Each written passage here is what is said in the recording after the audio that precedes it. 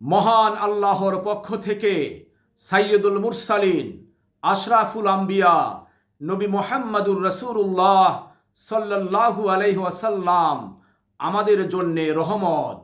এ বিষয়ে মহান আল্লাহ রাব্বুল আলামিন পবিত্র কোরআনুল কারীমের সূরা আম্বিয়ার 107 নম্বর আয়াতে কারিমায় ইরশাদ করেছেন, ওমা আরসালনাকা ইল্লা রাহমাতাল লিল আলামিন।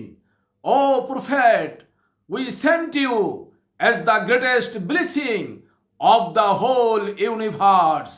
হে নবী সাল্লাল্লাহু আলাইহি ওয়াসাল্লাম, আমি আপনাকে সমগ্র জগতের জন্যে, বিশ্ববাসীর জন্যে রহমত স্বরূপই প্রেরণ করেছি।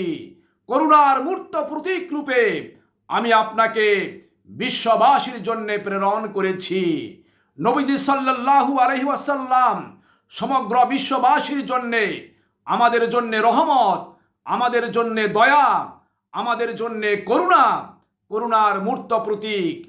আর নবী সাল্লাল্লাহু আলাইহি ওয়াসাল্লাম এই করুণার মূর্ত প্রতীক, এই রহমত ঈদে মিলাদুন নবীর দিনেই, আজকে রবিউল আউয়ালের দিনে এই পৃথিবীর বুকে তাশরিফ এনেছেন, শুভাগমন করেছেন।